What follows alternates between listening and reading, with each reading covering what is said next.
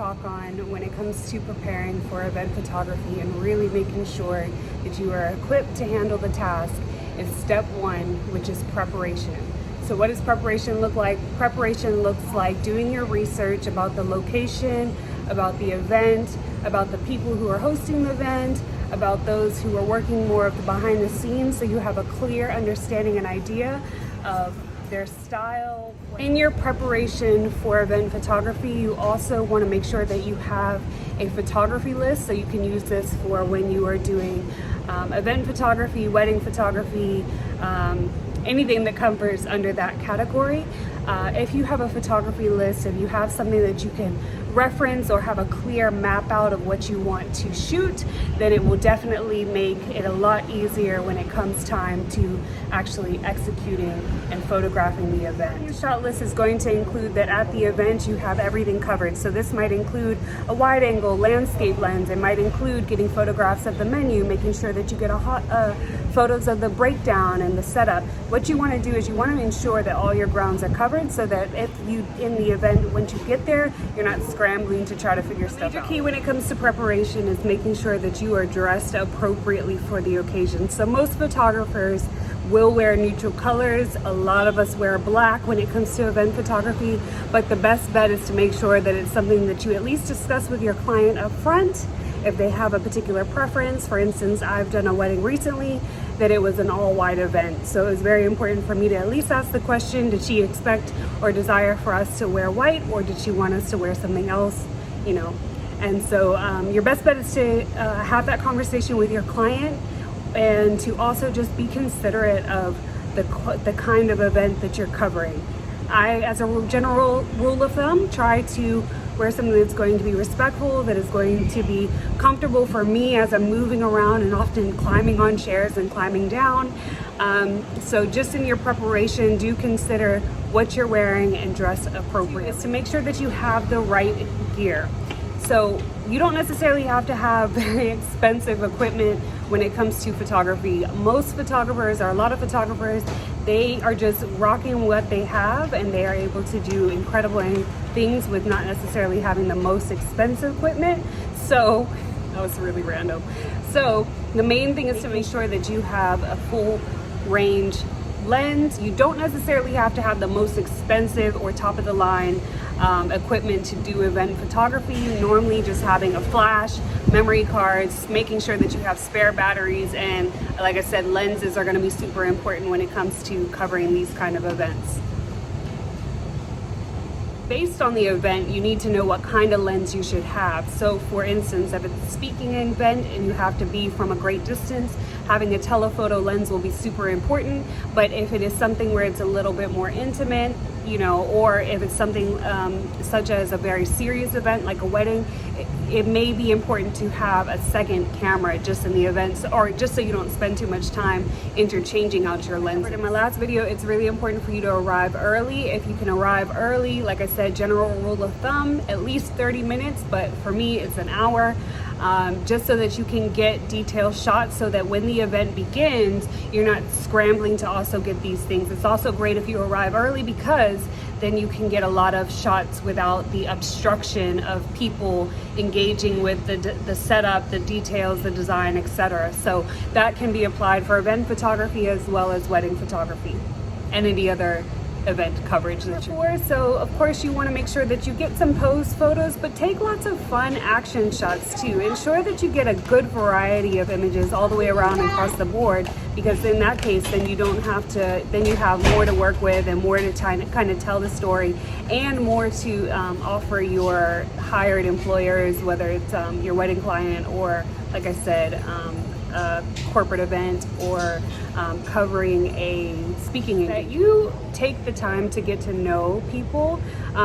Circling back to the last point about arriving early, if you can take a little bit of time to, like, you know, introduce yourself where you're not on the clock and you're not like straight away with the camera in front of people's face, it will make for a lot friendlier environment going forward once you do start to shoot for the event and you're on the clock. Just getting the opportunity to talk to people, ask them how their day is going, introduce yourself, let them know that you're going to be taking pictures for the event. Even especially when it comes to small kids, it just makes for people to feel a lot more relaxed when you're then pointing a huge DSLR camera in their face. At the same point, get up close and personal. You know, you want to definitely make sure that you know, you're not just photographing the number of people in a room, but that you're actually showing emotion, you're capturing the feeling, you know, you're getting some really cool shots that show people's expression and how they're engaging with this event and in this space. It's very important to know when to use your flash and when not. So a lot of times when it comes to event photography, most times photographers like to use natural lighting in events, but if you know when to use it, when not to use it, it's a big major key. So of course it's recommended when you're in indoor settings to use an external flash, because then you can bounce the lighting off of like a white wall or something and give it, just illuminate the space a lot more. So typically when it comes to weddings, corporate events, when it comes to being inside of churches or buildings, you want to make sure that you have that lens. I'll never forget the story of my very first wedding that I ever shot. It was shortly after a hurricane, and all of the electricity in the building had gone out, and at that point I had never photographed a wedding before. This is an opportunity given to me from a client who believed in me, and you know, I had just bought a new camera body, and so I had not yet invested in a flash yet. And because of the event and because of the fact that the power had gone out in the church, it caused me to have to like sprint to the local shop that sells camera equipment here on the island, so that I was able to photograph that wedding. And so I kind of learned how to use a flash through trial by fire, in a sense. And so from that day on, you know, I always have a flash on me. I always will have a flash on me. But even if you are a photographer and you haven't purchased a flash or you haven't invested in one yet, it's definitely something you are going to need if you want to continue to increase your skills and just take it to the next level. But you really want to take the time to frame your shots. So it's really easy to just do a straight lined photograph with like 3 or 5 people, but you know, by kind of taking a step back, going in closer, creating a little bit of white space is really going to, you know, capture a nice feeling in your photographs on the end. Really important tip to add, but make sure that you also are photographing your events in raw format. So I know a lot of people, especially if you have a smaller gigabyte or gigabyte for an SD card, a memory card, that you are more prone to stay in a JPEG file so that you're able to capture more images. But I highly recommend investing in a larger memory card and also photographing, especially event photography, in raw format, simply just because of the fact that it makes, when you go to edit in color correcting and fixing exposure and etc. So it's just better on the back end when it comes to editing, to have that file format as one of the images, as one of the things that you also photograph. Last point, when it comes to event and wedding photography, is do not photograph people when they're eating food. It is not cute and nobody appreciates it. So the rule of thumb, you know, just pull back, take a few minutes, take a break, look at your images, look at what you shot, consider the things that you still should photograph before you leave this event, before your time is up, as you're covering the event. But do not photograph people while they are shoving food in their mouth. It's not cute.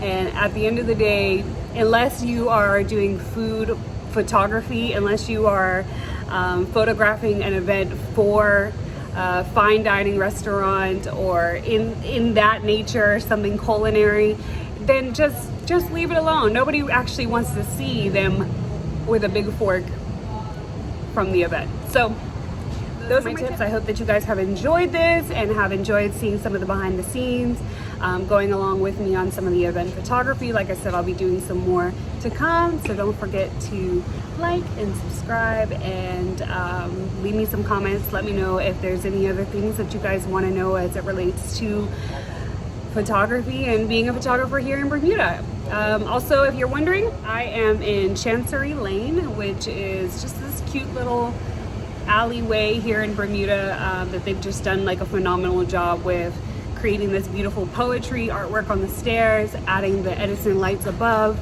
and they have some delicious, yummy foods such as Streetwise, Ruby Murray's, and Burma Eats. So if you're ever in Bermuda, you definitely want to check it out. It makes for a really cool photo opt, and yeah. All right, until next time.